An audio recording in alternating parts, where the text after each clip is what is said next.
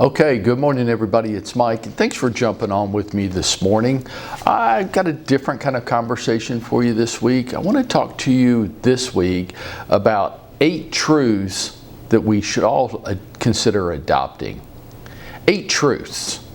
And I'm just going to run through the 8 with you this morning, and then each morning this week we're going to take a little deeper dive into it for those of you that are interested. These are things that I found to be true in my career. I think you will as well. Let's just start with a quick overview of the 8 for today.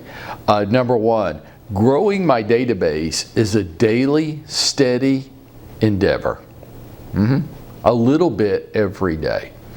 Look, we all want a strong, robust database that we can communicate with effectively on a very regular basis, and that we're mining for referrals and repeat business wherever possible.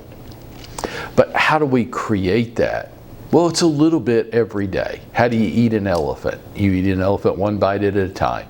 If you will work on your database each day to not only grow it in numbers, but in robustness as well. The depth of contact information, the depth of notes on each individual person, then this is how you'll see in other truths it's going to be so critical to have this, or we won't be able to implement a full strategy. Growing my database is a daily, steady endeavor.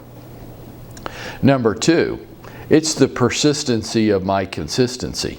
Oh, that's got to be number 1. On my list, I've got it number 2, but it's absolutely the most important. It's the persistency of my consistency. And it's so important because in our industry, nobody can do it. People can't be consistent from day to day. The research has shown it takes 5 to 7 touches to even create awareness on the part of the customer that I exist. 5 to 7 touches for them to even become aware that I exist. It takes many more to cultivate a prospect. So I've got to be persistently consistent every day. Number 3, helping is the new selling. Yeah, it is. You know, back in the 80s and 90s, they taught us closing techniques. And at one time, I would have told you I have 14 different ways to close a customer. Hey, Mr. Customer, if you felt like saying I was going to do it for you, I can do it. It's a little early, but I can do it. Hey, Mr. Customer, if you felt like you could make more money in less time by listing your house with me today, would you be prepared to make that decision? Would you?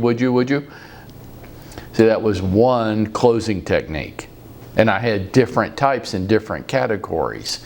The assumptive close, the rhetorical close. There were all these different categories.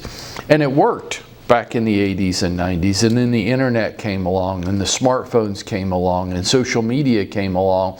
And consumers started being bombed with advertising nonstop all the time. Until today, the term has evolved into the skeptical consumer. If your lips are moving, I don't want to hear it. If you're calling me, I don't want it.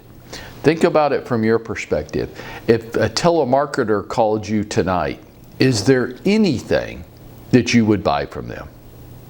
Or do you just want to end the call? If you just want to end the call and there's nothing you would consider buying from them, no matter what they were offering, then you, my friend, are a skeptical consumer. And we are skeptical for good reasons, mostly because we're bombed with ads nonstop all day long. Number 4, what we focus on expands. I wish I could call you every morning and be your first conversation of every day to just remind each of us that what we choose to focus on this morning will expand. If you want to choose to focus on the fact that it's raining outside today and that your clothes got wet while you were walking from your car inside, then you will have a shitty day. Good luck with that. Or you can choose to focus on the incredible amount of blessings that each of us have in our lives. You choose. But what I can promise you is whatever you choose will expand today. You will have a shittier day or you will have a better day. And guess who gets to decide that? Number 5 on my list, the problem with all delegation is the delegator. I'll preach, and I will until the end of my days, that you need to get up, get dressed, and get to work. And I mean early. Why? Because in order to grow your business, you're going to need to become a better delegator. And you are not a good delegator now. Every one of us on this call is a bad delegator. It makes for a good real estate agent, but it makes so that you run out of time in every week between the business you're doing and the family responsibilities you have, and God forbid you have a personal life too where you have interests and hobbies. You won't have enough time. So you need to get ahead of the day, because you will need to delegate many parts of your business, parts that you don't feel comfortable delegating right now because only you can do it right. I know, I was there too, and it's a limiting belief system. The problem isn't with the delegatee. The problem is always with the delegator. Number 6, it's not about how many relationships we have, but how deep they are. Ooh. So let's go back to number 1. Growing my database is a daily, steady endeavor. But Mike, isn't more people in my database good? It is good. But it's not really about how many people are in your database, but the depth of relationship with the people that are in there. Because what we're really trying to do is to create an environment that Tom Peters spoke about decades ago in his book, In Search of Excellence. We're trying to create an environment where we create raving fans and walking billboards. It's not about how many relationships we have. It's about the depth of those relationships. Number 7, know your numbers. Where do your transactions come from? The closings that you might have had year to date, where did those come from? And being able to look at it and see where your business typically is generated from. And then that's how you know where to focus, donate time and resources. Where do your transactions come from? And when we're talking about knowing your numbers, hey, make no mistake. I know we're crack addicted to dollar volume in this industry, but home prices went up 30% in the last year. You really taking credit for that? So your dollar volume should have gone up too. And most of these awards we give in this industry, they need to be completely reevaluated. And here in our office, they will be reevaluated at the end of this year. And guess what? The significant levels will all be going up because home prices have gone up so much. And we can't take any credit for that, can we? We've just kind of ridden that wave. Dollar volume is a bullshit number. It doesn't really tell you the story of anything. What does is the number of transactions we do each year. And here's the simple fact of why. You can control the number of transactions you do. You cannot control the dollar volume. Yeah, I know some of you don't like that, but it's true.